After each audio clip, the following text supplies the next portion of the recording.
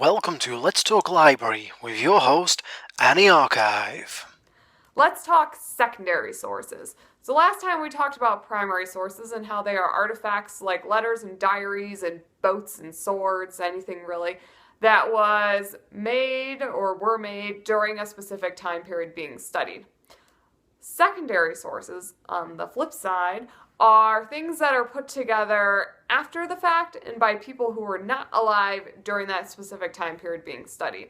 So, for example, if we were studying the Revolutionary War and we wanted to find a primary source, something like a musket or a uniform would be considered a primary source.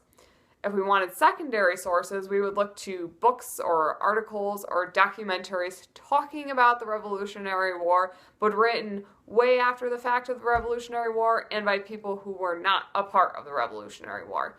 So essentially, secondary sources are pretty much everything that aren't primary sources, if you kind of want to think about it that way in a very general, basic understanding. But primary sources are artifacts that are put together during a specific time period, and secondary sources are like artifacts such as books and articles and documentaries that are put together discussing a time period and after the fact.